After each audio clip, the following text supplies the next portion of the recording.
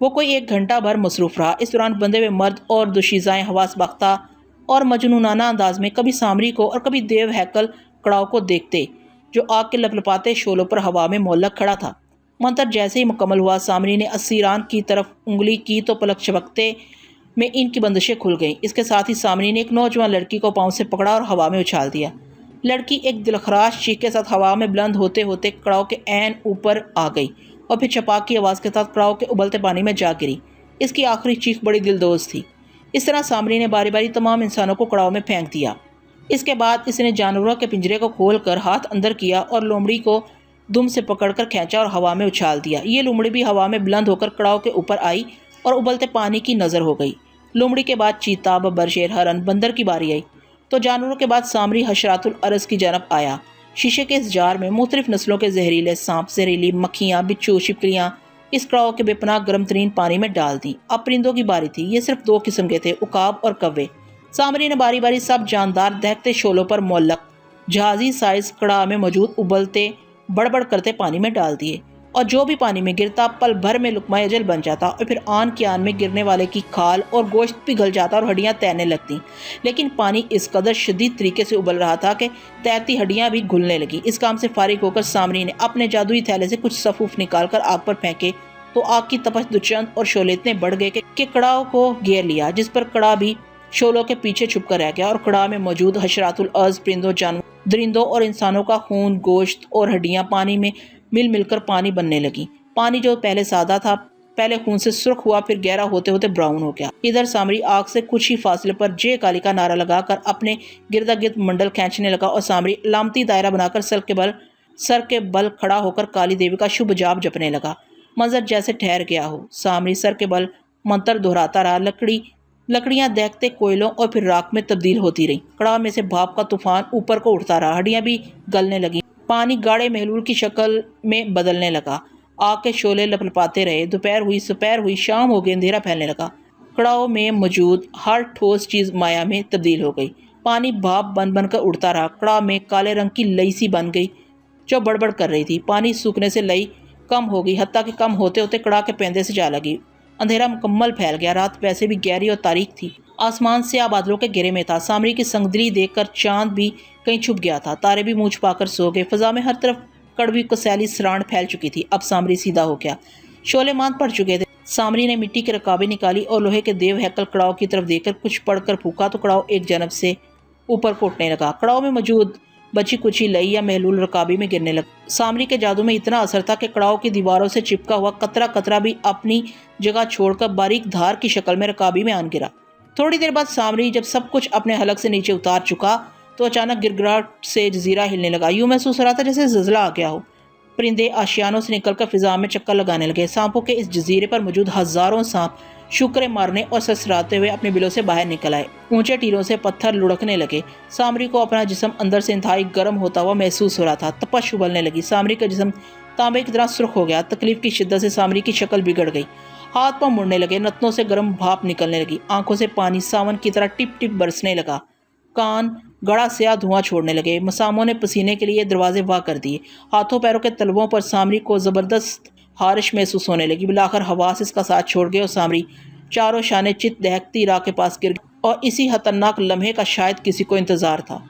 راکھ کی دم توڑتی چنگاریوں میں اچانک چند شریر شراروں نے ادھم مچانا شروع کر دیا۔ کچھ کوئلوں کی مانند ہوتی چنگاریاں اچانک ہی غصہ کر گئی اور لگی آنکھیں نیلی پیلی کرنے۔ ہوا کے شرارتی جھونکوں نے بھی ان کا پورا ساتھ دیا، اور پھر جیسے پھگ کی گونجدار پراسرار آواز آئی ہو اور دھیمی دھیمی آنچ سر اٹھانے لگی۔ شرارے آگ پکڑنے لگے اور شعلے بننے لگے۔ وقت کی نبضیں دھیمے دھیمے چلتی رہیں۔ اچھی بھلی آگ بن گئی۔ شعلے وحشی ہو گئے۔ آگ زور پکڑ چکی تھی۔ سامری ہوش و ہوا سے بیگانہ بے ہوش پڑا تھا۔ جانے کون سا نشہ طاری تھا اس پر۔ اسے تو اپنے انجام کی بھی پرواہ تھی نہ خبر۔ شعلے جیسے سامری کے لیے ہی مچل رہے تھے۔ اب لگ رہا تھا جیسے اسے ہی دیکھ رہے ہوں، پرسرار آنکھوں سے جن میں نفرت ہی سامری کے لیے۔ آگ کے بھڑکتے شعلے شاید تیز ہوا کی وجہ سے اپنے بازو میں سامری کو سمیٹ لینے کے لیے بے چین نظر آ رہے تھے۔ واقعی لپکتے شعلے بے شمار بازو ہی تو معلوم ہو رہے تھے، اور کچھ شعلے زبان اور کچھ آنکھ اور کچھ لہراتے کوڑیالے سانپ ہونے کا پتہ دیتے تھے۔ واقعی یہ تو کوئی وجود تھا جو کوئی مافوق الفطرت نظر آتا تھا۔ انسانی شکل سے ملتا جلتا، کسی عورت سے متشابہ، چہرے پر نفرت کے پہرے تھے۔ بے انتہا صفاقی نظر آ رہی تھی، جو آگ میں آگ نظر آ رہی تھی، جیسے دیوی ہو جو آگ کی دیوی یا اگنی دیوی۔ بالکل یہ تو اگنی دیوی ہی تھی جو سامری کو بے خبر اور بے بس دیکھ کر اس کو اپنا شکار بنانے کے چکر میں تھی۔ شاید لاؤ کے وقت سے ہی سامری کی طاق میں تھی، مگر اس وقت سامری مستعد اور کالی دیوی کے نام پر کھینچے گئے منڈل دائرے کے اندر تھا، اس لیے اگنی دیوی مجبور تھی۔ مگر اب تو سامری علامتی دائرے سے باہر بے ہوش یا مدہوش آڑا ترچھا پڑا تھا، اس لیے شاید اگنی دیوی کو کالی کے سیوک سے اپنے سیوک کی توہین کا انتقام لینے کا موقع مل گیا، اور پھر اگنی دیوی کا وجود آگ کے ساتھ ساتھ پھیلتا چلا گیا۔ آگ کے شعلے بتدریج اپنا دائرہ وسیع کرتے ہوئے سامری کے طرف گھیرا ڈالنے لگے اور سامری گھیرے میں آنے لگا۔ شنکر لال ایک گول مٹول 18-19 سالہ لڑکی کی لچکیلی کمر دونوں ہاتھوں سے پکڑے نشے میں ٹن بیٹھا تھا۔ سامری سلونی حسینہ شنکر لال کے اوپر تقریباً گری پڑی تھی، دونوں ہاتھوں میں شراب کی بوتل پکڑے، شراب شنکر لال کے منہ میں انڈیلتے ہوئے ہنسنے کے انداز میں مسکرا رہی تھی۔ شمالا دیوی سامنے ہی صوفے پر بیٹھی بڑے انہماک سے اور دلچسپی سے یہ منظر دیکھتے ہوئے اپنی ترچھی نظریں لڑکی کے چہرے پر گاڑے ہوئے اپنا لامبا کلفدار دوپٹہ اپنی انگلی پر بار بار لپیٹ کر کھول رہی تھی۔ لڑکی کو دیکھتے ہوئے شمالا بار بار اپنی زبان گہرے سرخ ہونٹوں پر ندیدے انداز میں پھیر رہی تھی۔ آج صبح کی بات تھی، شمالا کو بڑی شدت سے انسانی دل کھانے کے ساتھ ساتھ گرما گرم خون پینے کی خواہش ابھری تھی۔ کوئی انسانی خون شمالا دیوی کی عادت نہ تھی، لیکن تقریباً 20-25 برس کے بعد شمالا کو خون پینے کی حاجت محسوس ہوتی تھی۔ خون کی طلب ہوئی تو شمالا نے اپنی خواہش کا اظہار التجائی انداز میں شنکر لال سے کر دیا۔ جواب میں شنکر لال نے شمالا کو کہا، ڈارلنگ تمہیں خون کی ضرورت ہے اور میرا خون بھی بلند فشار میں مبتلا ہے۔ تمہارا دل کھانے کو چاہ رہا اور میرا دل بھی کسی دلدار کے لیے مچلا ہے، لہٰذا ایک ٹکٹ میں سارے مزے مل سکتے ہیں۔ یوں ان باتوں کے بعد شمالا نے اس حسین جوانی کا بندوبست کر دیا تو شنکر لال احتیاط کے تقاضے کے پیش نظر اس ضرورت مند کالگر کے ساتھ اس کے گھر میں آ گیا تھا، اور شمالا غائب حالت میں اس انتظار میں بیٹھی تھی کہ کب شنکر لال فارغ ہو اور کب وہ اپنی نفسی ضرورت اس پلی پلائی لڑکی کے رسیلے خون اور دل سے پوری کرے کہ یکایک ہی شمالا چونک پڑی۔ اس کا وجود اس طرح تھرتھرایا جیسے اسے کرنٹ چھو گیا ہو۔ وہ بے تابی سے ادھر ادھر دیکھنے لگی اور پھر اس کی نگاہیں کسی غیر مرئی نقطے پر جم کر رہ گئیں۔ وہ پہلو بدلنے لگی۔ اسے اپنی مفقود الفطرت شکتی نے بتا دیا تھا کہ سامری کے گرد اگنی دیوی اپنا گھیرا تنگ کر رہی ہے، سامری کی جان خطرے میں ہے۔ شمالا کے چہرے سے پریشانی چھلکنے لگی، وہ بے چینی سے پہلو بدلنے لگی۔ اسے کچھ سمجھ نہیں آ رہا تھا کہ وہ کیا کرے، کیونکہ وہ شنکر لال کی غلام تھی، اس کی مرضی کی بنا پر وہ جا بھی نہیں سکتی تھی۔ اگر ایسا کرتی تو اس کی ذات کو ناقابل تلافی نقصان پہنچ سکتا تھا۔ وہ پریشان ہو کر شنکر لال کی طرف دیکھنے لگی، جو شمالا کی موجودگی سے بے پرواہ چھیڑ چھاڑ میں مصروف تھا۔ لڑکی اب بڑی ادا سے کمر لچکاتی اٹھی اور شنکر لال کی فرمائش پر اس کا سگریٹ سلگانے لگی۔ شمالا انہیں اٹکیلیاں کرتے دیکھنے لگی۔ لڑکی نے سگریٹ کیس سے سگریٹ نکال کر شنکر لال کے ہونٹوں سے لگا کر قیمتی لائٹر کو ٹچ کیا تو نیلے نیلے رنگ کا شعلہ شنکر لال کی آنکھوں کے سامنے بھڑک اٹھا۔ شنکر لال سگریٹ سلگا ہی رہا تھا کہ اچانک لائٹر کے شعلے میں سے اگنی دیوی کی شبیہہ دکھائی دی۔ شنکر لال بری طرح چونک اٹھا۔ اگنی دیوی اسے اپنی طرف متوجہ کر رہی تھی، وہ اسے کچھ کہہ رہی تھی۔ شنکر لال، شمالا دیوی کو حکم دو کہ وہ تمہیں پلک چھپکنے سے پہلے سامری کے پاس پہنچائے۔ ابھی اگنی دیوی نے اتنا ہی کہا تھا کہ لڑکی نے لائٹر بند کر دیا اور اپنی ملائم سے ڈول بائیں شنکر لال کے گلے میں ڈال کر کہنے لگی، کہاں پہنچ چکے ہو شنکر جی؟ سگریٹ بھی نہیں سلگایا۔ لیکن شنکر لال کی کیفیت ہی اور ہو چکی تھی۔ اسے اگنی دیوی کا پیغام ملا تھا جسے وہ لڑکی نہ دیکھ سکی تھی، البتہ شمالا نے محسوس کر لیا تھا۔ شنکر لال ایک جھٹکے سے اٹھ کھڑا ہوا اور گرج کر بولا، شمالا چلو سامری کے پاس ایک پل میں۔ شنکر لال کا حکم سن کر شمالا پھرتی سے اٹھ کھڑی ہوئی۔ وہ تو خود بھی یہی چاہتی تھی، اپنی مرضی سے تو جا نہ سکتی تھی، البتہ اگنی دیوی نے خود ہی شنکر لال کو سامری کے پاس پہنچنے کا حکم دیا تھا، جس کی وجہ سے شمالا کا کام آسان ہو گیا تھا۔ لیکن ساتھ ہی اس کا دل بھی دھک دھک کر رہا تھا، کیونکہ وہ جانتی تھی کہ اگنی دیوی نے سامری کو گھیرے میں لے کر اپنے سیوک شنکر لال کو بلا وجہ وہاں طلب نہیں کیا ہے، ضرور وہ سامری کی جان لینے کا فیصلہ کر چکی ہے۔ بہرکیف شمالا نے شنکر لال کا ہاتھ پکڑا اور پھر اگلے ہی لمحے دونوں غائب ہو گئے۔ شنکر لال کی محبوبہ کو نہ اگنی دیوی کی سمجھ آئی تھی اور نہ اسے شمالا نظر آئی تھی، لیکن شنکر لال کا رویہ ایک دم بدلتے اور پھر اسے کسی سے باتیں کرتے اور پھر اچانک غائب ہوتے دیکھ کر وہ لڑکی چکرا کر رہ گئی اور دونوں ہاتھوں سے اپنا سر پکڑ کر صوفے کی ہتھی پر ہی بیٹھ گئی۔ رات آدھی سے زیادہ بیت چکی تھی۔ شکنتلا کو افسوس تھا کہ بیچاری انارکلی کا عشق ابھی ابتدائی مرحلے میں ہی تھا کہ اس کی چوری پکڑی گئی۔ اکبر اعظم شہنشاہ ہندوستان نے خود اسے رنگے ہاتھوں پکڑا تھا، اور ایک شہنشاہ کبھی گوارا نہیں کر سکتا تھا کہ اس کا ولی عہد شہزادہ ایک معمولی کنیز کو ملکہ بنانے کا خواب دیکھے۔ لہٰذا یقین تھا کہ اب شہنشاہ کا تاب انارکلی پر گرے گا، لیکن شہزادہ سلیم بھی تو اس عشق میں گوڈے گوڈے ڈوب چکا تھا۔ یقیناً وہ سخت مزاحمت کرے گا، جو بھی تھا۔ بہرحال ایک بات یقینی تھی کہ آنے والی صبح کچھ نہ کچھ ہوگا ضرور، لیکن ابھی تو رات تھی اور نیند شکنتلا کی آنکھوں سے کوسوں دور تھی، اور آج اس کا جی کسی مرد کی باہوں میں رات بسر کرنے اور خون پینے کو چاہ رہا تھا۔ اسی نیت سے وہ محل کے گنبدوں اور میناروں سے بھی بلند ہو کر پرواز کرنے لگی۔ تھوڑی دیر بعد وہ شہر سے باہر کی طرف جانے لگی۔ جلدی وہ گنجان آبادی کو دور چھوڑ آئی اور اس کا خیال تھا کہ گھنی آبادی سے دور جہاں اکا دکا مکانات ہوتے ہیں وہاں کسی کا شکار کروں گی اور صبح ہوتے ہی پھر محل میں چلی آؤں گی۔ اپنی سوچوں میں گم وہ اڑتے اڑتے ذرا زیادہ دور نکل آئی، بلکہ جب وہ سوچوں سے باہر آئی تو پہاڑیوں کے نزدیک آ چکی تھی، لہٰذا فٹافٹ ہی نیچے اتر آئی۔ بلندی کم ہوتے ہی ادھر ادھر دیکھنے لگی تو اس کی نظر ایک پرانی سی عمارت پر پڑی جو سامنے نظر آنے والے پہاڑ کے دامن میں تھی۔ شاید شکنتلا اس عمارت کو نظر انداز کر دیتی، مگر جس بات نے اسے اپنی طرف متوجہ کر لیا تھا وہ یہ تھی کہ عمارت سے نیلے رنگ کی روشنی ایک خاص انداز سے پھوٹ رہی تھی، یعنی نیچے سے روشنی ایک لکیر کی شکل میں اوپر آ کر پھیل رہی تھی۔ نیلی روشنی کے کنارے سے سنہرے رنگ پھوٹ رہے تھے۔ شکنتلا کی پرتجسس طبیعت مائل ہوگی کہ یہ کیا راز ہے؟ ویران پہاڑوں میں موجود اس عمارت میں رات کے اس آخری پہر گمبھیر خاموشی میں یہ پھوٹتی روشنی کیسی ہے؟ شکنتلا کو تو خیر کوئی ڈر تھا نہیں، وہ غائب ہی رہتی تھی، اسے تو کوئی دیکھ بھی نہیں سکتا تھا۔ اس نے سوچا کہ چلو چل کر دیکھتی ہوں یہ کیا تماشا ہے۔ وہ اپنی بلندی کم کرتے کرتے زمین سے بلست بھر ہی اونچی رہ گئی اور ہوا میں تیرتے تیرتے عمارت کے داخلی دروازے تک آ گئی، جو چوبی دروازہ تھا لیکن بند تھا۔ لیکن شکنتلا کے لیے کیا مسئلہ تھا؟ وہ ہوا میں بلند ہوتی ہوئی دروازے سے اوپر ہو کر صحن میں آ گئی، لیکن اچانک اس کی آنکھیں حیرت سے پھیل گئی۔ صحن کے بیچوں بیچ ایک بہت بڑا بوہڑ کا درخت تھا جس کے تنے کی گولائی تقریباً 50 فٹ تھی۔ بوڑھے بوہر کی لمبی لمبی لٹوں سے چمگادڑ چمٹے ہوئے تھے اور اس کی ڈالوں پر بے شمار الو بیٹھے اونگ رہے تھے۔ درخت کے نیچے مٹی کا چبوترا تھا جس پر سرخ و سفید 20-22 سالہ خوبصورت نوجوان آلتی پالتی مارے کچھ پڑھنے میں مصروف تھا۔ پورا گھر خاموش بھائیں بھائیں کر رہا تھا۔ خوبصورت نوجوان اپنے عمل میں بڑے انہماک سے مصروف تھا۔ اس کے دونوں ہاتھ آگے کی طرف سیدھے تھے۔ چبوترے سے نیچے سامنے ہی زمین پر ایک گڑھا بنا ہوا تھا جو سفید دودھ سے لبالب بھرا تھا۔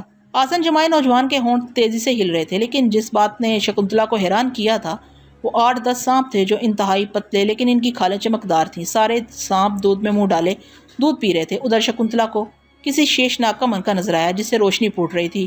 دور سے نظر آنے والی روشنی اسی منکے کی تھی۔ نوجوان کے عین سامنے چبوترے پر پڑا چمک رہا تھا۔ یہ کون ہو سکتا ہے؟ ان سانپوں اور منکے کا کیا راز ہے؟ یہ سوچ شکنتلا کے من سے نکلی اور پھر ایک دفعہ اس نے سوچا کہ مجھے کیا، کوئی بھی ہو۔ لیکن پھر سانپوں کی وجہ سے وہ رکنے پر مجبور ہو گئی۔ سانپ اسے اپنے اپنے لگتے تھے اور وہ خود بھی سانپ تھی۔ کیوں یہ سانپ اس کے بہن بھائی بلکہ ناگن دیوی ہونے کے ناطے اس کی عوام بھی تھے؟ کہیں ایسا نہ ہو کہ اس نوجوان سپیرے نے سانپوں کو کسی خاص مقصد کے لیے قید کر رکھا ہو؟ اگر یہ بات ہے تو پھر اس نوجوان کو نرک واصل کرنا ضروری ہے۔ جانے کب سے ان سانپوں کو اس نے قید کر رکھا ہے؟ نوجوان کے ہونٹ شکنتلا کی موجودگی سے بے خبر تیزی سے ہلنے میں مصروف تھے۔ اسی طرح کافی دیر گزر گئی۔ شکنتلا ایک طرف پڑے پتھر پر بیٹھ کر کسی تماشے کا انتظار کرنے لگی۔ وہاں قریبی جھاڑیوں میں سسراہٹ ہوئی۔ شکنتلا نے گردن موڑ کر دیکھا، ایک گہری سیاہ رنگت کی سمارٹ ناگن نظر آ رہی تھی۔ سرسراہٹ سن کر نوجوان نے آنکھیں پٹاخ سے کھول دی اور تیزی سے اس کا ہاتھ قریب پڑے اپنے جھولے کی طرف گیا۔ اثرت کے ساتھ اس نے بین نکال لی اور تیزی سے بین ہونٹوں سے لگا لی اور سریلی تان چھیڑنے لگا۔ نوجوان کو بین نکالتے دیکھ کر ایک لمحے بھر میں شکنتلا کی آنکھوں میں خفیف سی فکر بلند ہوئی، مگر پھر یہ سوچ کر کہ یہ کوئی تماش بین قسم کا نوجوان ہے، اس نے کرنا کیا ہے، اپنا سر جھٹک دیا۔ بین کی سریں بکھرتے ہی سانپوں نے دودھ سے اپنے منہ نکال لیے اور ادھر ادھر بکھرنا شروع ہو گئے، لیکن پھر اپنی جگہ پر ساکت ہو گئے اور ہولے ہولے جھومنے لگے۔ آنے والی چمکیلی ناگن بھی بین کی مدھر تانوں کی تاب نہ لا سکی اور سر دھننے لگی۔ شکنتلا کو بھی بین کی میٹھی میٹھی آواز مزہ دے رہی تھی، لیکن تھوڑی دیر بعد اسے احساس ہوا کہ بین بجانے والا کوئی عام نہیں بلکہ خاصی مہارت سے بین بجا رہا ہے، اور بین سے ایسی سریلی تانیں نکل رہی ہیں جو شکنتلا کو بھی بے خود کر رہی ہیں۔ شکنتلا کچھ پریشان ہونے لگی، لیکن اگلا لمحہ اس کے لیے حیران کن تھا۔ اس نے دیکھا کہ سارے سانپ نوجوان ناگن کے گرد گھیرا ڈال کر جھوم رہے ہیں اور نوارت سیاہ چمکیلی ناگن بے خود و مست ہو کر ان کے درمیان پھن پھیلائے جھوم رہی ہے۔ لیکن اس کے بعد جو کچھ ہوا وہ شکنتلا کی زندگی میں پہلی بار واقعہ ظہور پذیر ہوا تھا کہ اچانک یکایک دیکھتے ہی دیکھتے وہ سیاہ سمارٹ سی ناگن ایک رقاصہ لڑکی کے روپ میں ناچ رہی تھی۔ سانپ کی جگہ اچانک لڑکی! شکنتلا نے خواب میں بھی نہ سوچا تھا کہ اچانک اس کا واسطہ اپنے جیسی روپ دھارن سے پڑ جائے گا۔ شکنتلا ہڑبڑا کر کھڑی ہو گئی۔ ادھر اچانک رقص بند کر کے رقاصہ لڑکی ساکت ہو گئی۔ نوجوان نے بھی بین اپنے ہونٹوں سے ہٹا لی اور رقاصہ کو دیکھتے ہوئے بولا، آ گئی چمپا کلی؟ جی حضور، لڑکی سر جھکا کر بولی، جو بلا کی حسین تھی۔ بال اس کے شانوں پر بکھرے تھے، باہیں اریاں تھیں، اس نے مندروں کی رقاصہ داسیوں جیسا لباس پہن رکھا تھا۔ نوجوان کے سامنے وہ نہایت ادب سے نگاہیں جھکا کر اور ہاتھ باندھ کر کھڑی تھی۔ ہاتھ کھول دو چمپا کلی۔ نوجوان کی آواز گونجی، اور جھک کر نہیں بلکہ سر اٹھا کر کھڑی ہو، کہ کسی انسان کے سامنے جھکنا شرک ہے۔ صرف اللہ کی ذات ہی ایسی ہے جس کے آگے جھکنا اور سجدہ کرنا لازمی ہے۔ نوجوان کی بات سن کر شکنتلا بری طرح چونکی۔ مسلمان! اس کے ہونٹوں سے اچانک بلند آواز نکل گئی جسے سن کر نہ صرف رقاصہ لڑکی بلکہ وہ نوجوان بھی چونک پڑا۔ کون ہے؟ نوجوان نے کڑک کر پوچھا۔ لمحہ بھر کو شکنتلا نے چپ سادھ لی، مگر پھر یہ سوچ کر کہ اس کم عمر نوجوان بلکہ مسلمان نوجوان سے ڈرنا بزدلی ہوگی، شکنتلا نے ظاہر ہونے کا فیصلہ کر لیا اور کچھ پڑھنے لگی۔ میں پوچھتا ہوں کون ہو تم؟ نوجوان پھر کڑکا۔ اگر کوئی روح یا بدروح ہو تو بھاگ جاؤ، کیونکہ تم غلط جگہ آ گئی ہو، اور اگر جادوگرنی ہو تو سامنے آ جاؤ، بزدلوں کی طرح چھپو مت۔ اتنی دیر میں شکنتلا کاٹ اوجھل جب چکی تھی، لہذا جھماکے سے ظاہر ہو گئی اور لگی مسکرانے۔ نوجوان ہکا بکا روپ دھارن رقاصہ حیران تھی کہ یہ کون ہے۔ کون ہو تم؟ نوجوان نے بے خوف ہو کر سوال داغا۔ شکنتلا، جادوگرنی ہو؟ صرف جادوگرنی ہی نہیں، روپ دھارن ناگن بھی ہوں، شکنتلا سینہ تان کر بولی۔ شکنتلا روپ دھارن؟ نوجوان جیسے سوچ میں ڈوب گیا۔ ہاں، اب تم بتاؤ کہ تم کون ہو، یہ کون ہے، اور سانپوں کو اکٹھا کرنے کا کیا مقصد ہے تمہارا؟ شکنتلا حکمانہ انداز میں پوچھ رہی تھی۔ میرے بارے میں تم کیا جاننا چاہتی ہو، اور تمہاری آمد میرے لیے حیران کن ہے؟ کیا بہتر نہیں ہے کہ ہم دوستوں کی مانند بیٹھ کر بات کر لیں؟ نوجوان کے لہجے میں بلا کا اعتماد اور ملائمت تھی جو شکنتلا کے لیے چھمبے کی بات تھی۔ اس کے خیال میں جادوگرنی کا سن کر نوجوان کو ڈر جانا چاہیے تھا، مگر ایسا نہیں تھا۔ نوجوان کے چہرے پر پریشانی کی کوئی علامت نہ تھی۔ چلو ٹھیک ہے، پہلے دوستی کرتے ہیں، شکنتلا نے ہاتھ آگے بڑھاتے ہوئے کہا۔ عورتوں سے ہاتھ ملانا جائز نہیں، بہرحال تمہارے جذبات کی قدر کرتا ہوں۔ نوجوان نے خوش مزاجی سے اس کا ہاتھ ٹھکرا دیا تو شکنتلا ہکا بکا رہ گئی۔ نوجوان کا ہر انداز نرالا تھا، اس کی آنکھوں میں چمک، اس کی پیشانی کشادہ، مونچھیں گھنی، چھاتی چوڑی تھی، دراز قد تھا۔ نہ جانے کیوں شکنتلا کو لگا کہ یہ صورت، یہ قد، یہ آنکھیں پہلے بھی کہیں دیکھی ہیں، یہ انداز، یہ لہجہ شناسا ہے۔ وہ گہری سوچ میں گم تھی۔ وہ نوجوان کے ساتھ چل دی۔ نوجوان بھی گہری سوچ میں گم تھا اور بار بار شکنتلا کو گہری نظروں سے دیکھ رہا تھا۔ نوجوان شکنتلا کو لے کر ایک کشادہ کمرے میں آ گیا۔ یہاں چارپائی اور دری موجود تھی۔ وہ خود ایک لکڑی کے سٹول پر بیٹھ گیا اور شکنتلا کو چارپائی پر بیٹھنے کا اشارہ کیا۔ شکنتلا ادھر ادھر دیکھتے ہوئے قدرے محتاط انداز میں بیٹھ گئی اور نوجوان کے چہرے پر بغور نظر ڈالتے ہوئے کہنے لگی، ابھی تک تم نے اپنا نام نہیں بتایا۔ میرا نام؟ نوجوان بھی سوچ میں گم تھا۔ میرا نام یوسف ہے۔ چمپا کلی، کیا تمہاری کوئی غلام ہے؟ غلام تو خیر نہیں، البتہ میری ہر بات مانتی ہے، بلکہ تقریباً ہر سانپ ہی ہماری بات مانتے ہیں۔ وہ کیوں؟ شکنتلا آخری جملے سے چونکی۔ پتہ نہیں کیوں، سانپ ہماری خوشبو سے بھی ڈرتے ہیں، ہم انہیں ہاتھ میں پکڑ لیں تو وہ رسی بن جاتے ہیں۔ حیرت ہے، شکنتلا تقریباً پریشان ہوگی۔ ہم سے تمہاری کیا مراد ہے؟ ہم سے مراد ہمارا خاندان ہے۔ ہمارے خاندان کا کوئی فرد سانپوں سے نہیں ڈرتا، بلکہ سانپ اس سے ڈرتے ہیں، مگر صرف مردوں سے۔ میرا کوئی بھائی نہیں۔ ہاں، میں شادی کروں گا، اور اگر اللہ نے مجھے اولاد نرینہ سے نوازا تو یقیناً یہ خوبی میرے بیٹے میں بھی ہوگی۔ اب تم بتاؤ، تم کون ہو اور یہاں کیوں آئی ہو؟ میرا نام شکنتلا ہے، میں روپ دھارن ناگن ہوں، زبردست جادوگرنی ہوں، اپنی مرضی سے جب چاہوں ماضی کے دور میں چلی جاؤں یا مستقبل کا سفر اختیار کر لوں۔ کب سے زندہ ہو؟ نوجوان نے پوچھا۔ جانے کب سے، شاید کئی سو سال سے، بلکہ میں تو ابھی کل ہی اس دور میں آئی ہوں۔ اس سے قبل کہاں تھی تم؟ 21ویں صدی میں، شکنتلا فخر سے بولی۔ 21ویں صدی ہجری میں؟ نہیں، بلکہ 21ویں صدی عیسوی میں، یعنی 15ویں صدی ہجری میں۔ نوجوان نے غالباً حساب لگایا۔ مجھے ان باتوں کا زیادہ پتہ نہیں ہوتا۔ شکنتلا کے لہجے میں بیزاری تھی۔ مگر تم یہ بتاؤ کہ ان سانپوں کو یہاں کیوں اکٹھا کیا ہے؟ یہ میں تمہیں اگلی ملاقات میں بتاؤں گا۔ اگلی ملاقات کب ہوگی خوبصورت نوجوان؟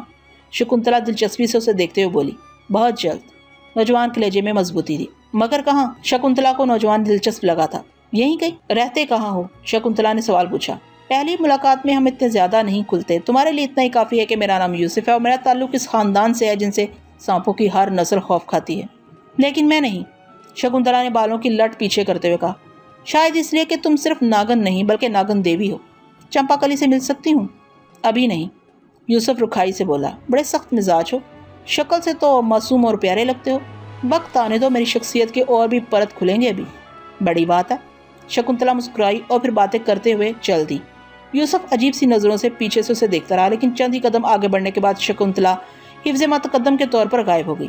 شکنتلا کے اوجھل ہونے کے بعد یوسف خاصی دیر وہاں بیٹھا رہا اور پھر جلدی جلدی چمپا کلی کو بلا کر کچھ ہدایات دیں اور خود عمارت کی اگوی سمت سے نکل کر پہاڑ کی چوٹی کی طرف چل دیا۔